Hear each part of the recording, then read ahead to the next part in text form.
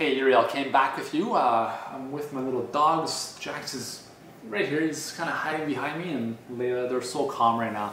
We take them out in the heat. They're done. It's awesome. I love these guys. They're the best. Hey, Mikey? All right. Anyways, let's get serious here. We're talking about probiotics today. And I recently had a question, very simply, Yuri, why do we need probiotics? Well, it's a good question, and I actually, to demonstrate what we're going to be looking for in a probiotic, I've brought over one of my probiotics that I use. The reason we need probiotics is that if you think back to, well, not that you were alive, 10,000 years ago or way back in the kind of ancestral Neanderthal days, when we were young, right? So when our ancestors were young, right? So when they had kids and whatever, they'd be rolling around in the dirt, actually not too dissimilar from our dogs, rolling around in the dirt, getting their noses, in the sand, in the soil, in the earth. And at a very young age, they bring those microorganisms into their body. And those form the basis of the gut bacteria, the gut flora. However, part of the reason that probiotics are so necessary nowadays is because of our excessively clean environments, right? Parents don't allow their kids to play in the sand, get dirty. It's all about these antibacterial washes, wash now, wash this, don't get dirty, blah, blah, blah. Because we think that getting dirty is going to cause us to get sick, and that's not necessarily the case. So what ends up happening is, we have these excessively clean environments, plus the fact that antibiotics are so overly prescribed and so overly used now. And an antibiotic, just in case you don't know, is the exact opposite pretty much of a probiotic.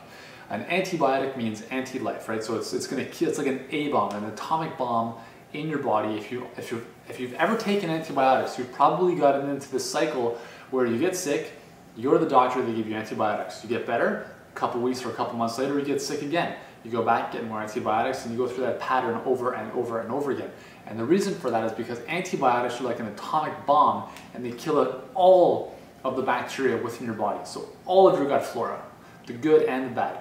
What ends up happening though is that the fungus, the molds, the yeast, right, the bad bacteria, they have a tendency to proliferate a little bit quicker when things are out of check, right? So you take antibiotics, then boom, all the bad bacteria start to multiply, and it leads to a condition known as dysbiosis, where you have a huge disparity between the good bacteria and the bad bacteria. So good bacteria are really, really important. Good bacteria being kind of probiotics, if you want to think of them from a supplemental standpoint, because they help with digestion, they improve your bowel movements, they improve the integrity of the colon, the gut lining. Very, very important, not just for digestive and intestinal health, but more research is showing that they're really important for your overall health, right? Just health in general, very important. So probiotics, I take billions every single day. That's right, I take billions. And what I mean by billions is one of these bad boys, right? So one capsule is, in this case, 11 billion cultures. So I take about 2 to 3 of these a day. So that's about 33 billion cultures of good bacteria that I'm bringing into my system. And this is really important, especially if you're eating a lot of sugar, if you don't have a very good diet. You need to, even if you do have a good diet, you need to get those good bacteria in, because you will notice a huge difference in your digestive health. If you ever get bloating and gas and kind of fatigue after eating, all those signs of kind of indigestion, this will help out a little bit. If you're constipated, they'll help out with your bowel movements as well. You want to look for, I'm just going to read off the list of some of the bacteria you want to look for.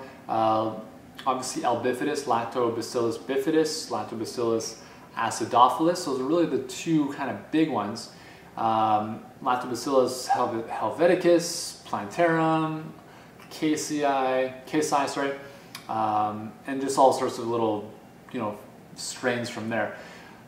But these are natural bacteria, okay? These are naturally occurring bacteria. And there's one thing I do want to mention while we're talking about this, is you've probably seen these yogurt commercials, Activia, all these different like Danone challenges, and they're basically promoting,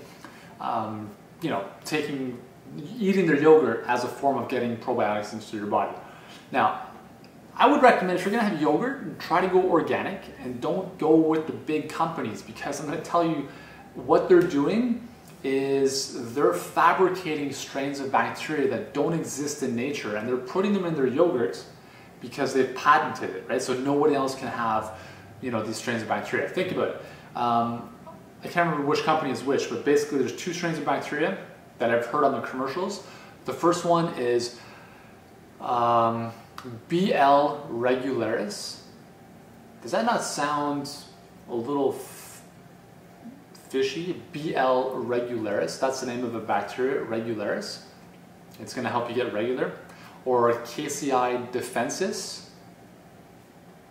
It's going to defend off, bad stuff. So these are bacteria that they've patented, they've developed and they've patented, very unnatural, right? So in the body, I'm not too sure if they actually do much good. I don't actually eat that yogurt myself, so I don't really know from first-hand experience.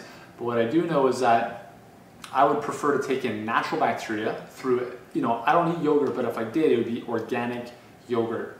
Just keep it plain and that's it. No low fat, none of that, just organic yogurt and that's it, okay? Yogurt, anything fermented like yogurt or tempeh or kefir, which is another type of yogurt, will have natural bacteria in it. Good bacteria, which is okay, which is fine. I prefer just to, crank it in with some good probiotics. And this is like the anti-atomic bomb. So instead of taking, antibiotics, I will pop in probiotics any day. I can't remember the last time I took antibiotics. It must have been when I was 5. But what I do know is working with hundreds of clients in a nutritional setting is that those who have taken antibiotics in the past have a much higher degree of frequent illnesses. Okay, and that's because of that cycle we talked about. So you need to get those probiotics and you need to get a good bacteria into your body to balance things out. Okay? Also reduce the amount of refined sugars coming in, because refined sugars are going to feed the bad bacteria and the yeast and the mold and all that stuff. So keep it clean, keep it healthy, keep it fresh. And one final note is, if you don't want to do probiotic supplementation, you can, again, as I mentioned, you can use an organic yogurt, kefir, which is this is very similar to yogurt as well, but it's not pasteurized.